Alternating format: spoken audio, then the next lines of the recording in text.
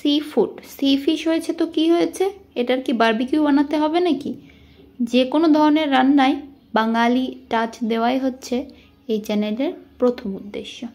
তো চলেন আজকে একটা সামুদ্রিক মাছ রান্না করি।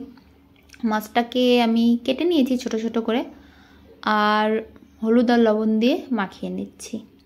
ভেজে নেব এটা, যেহেতু বাঙালি রান্না, বাঙালি রান্নাতে মাছ ভাজতেই হয়, বাঙালি মাছ মানেই প্রথমে এটাকে ভেজে নিতে হবে। তো আমি একটু কম তেল দিয়ে এটা ভাজার চেষ্টা করি, যেহেতু আমি হেলথ কনসিয়াস। তো এটা ভাজা হয়ে গেছে, যদিও আমি মাছ ভাজতে খুব একটা বেশি পারি না, মাছ ভাজাটা কিন্তু খুব টাফ। তো মাছ ভাজা যেমন তেমন করে তুলে নিলাম। প্যানে তেল দিয়ে পেঁয়াজ কুচি, গোটা জিরে আর শুকনো মরিচ দিয়ে দিয়েছি, হালকা করে ভেজেও নিয়েছি।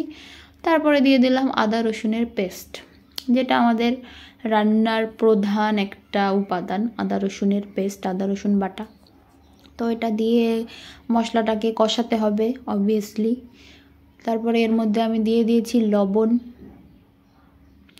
শুকনো লঙ্কা, হলুদ দিয়ে এটাকে একটু জল দিয়ে কষাতে হবে।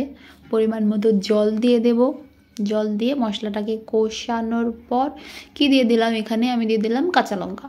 কাঁচা লঙ্কা দিলে ফ্লেভারটা ভালো আসে, তাই দেওয়ার চেষ্টা করবেন। মশলা কষানো কমপ্লিট, এর মধ্যে ভাজা মাছটা দিয়ে দিচ্ছি। ভাজা মাছটা দিয়ে আবার কি, ভাজা মাছটা দেওয়ার পর একটু জল দিয়ে দিতে হবে। জল দিয়ে শুধু ফোটানোর পালা, তখন আমার হাতের আর কোনো কাজ নেই। তো জল দেওয়ার, মশলার মধ্যে মাছটা দেওয়ার পর আমি আবার মশলার সাথে মাছটাকে একটু মেশাচ্ছিলাম, তাহলে নাকি রান্নার ফ্লেভারটা ভালো আসে। তারপরে শেষে জল দিয়ে দিয়েছিলাম।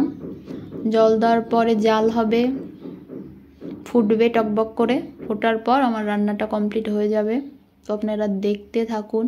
এটা একটা সামুদ্রিক মাছ যদিও, কিন্তু আমি এটার ভুনা রান্না করলাম, কারণ বারবিকিউ বা অন্য ফিশ ফ্রাই এগুলো আমাদের বাঙালিদের জন্য না। তারপরেও যদি আপনি ফিশ বারবিকিউ এর ডুপ্লিকেট রেসিপি পেতে চান, তাহলে অবশ্যই কমেন্ট করে জানাবেন। এই তো আমাদের রান্নাটা কমপ্লিটও হয়ে গেছে, দেখুন কতটা সুন্দর, একদম বাঙালি special seafood, and I can't wait to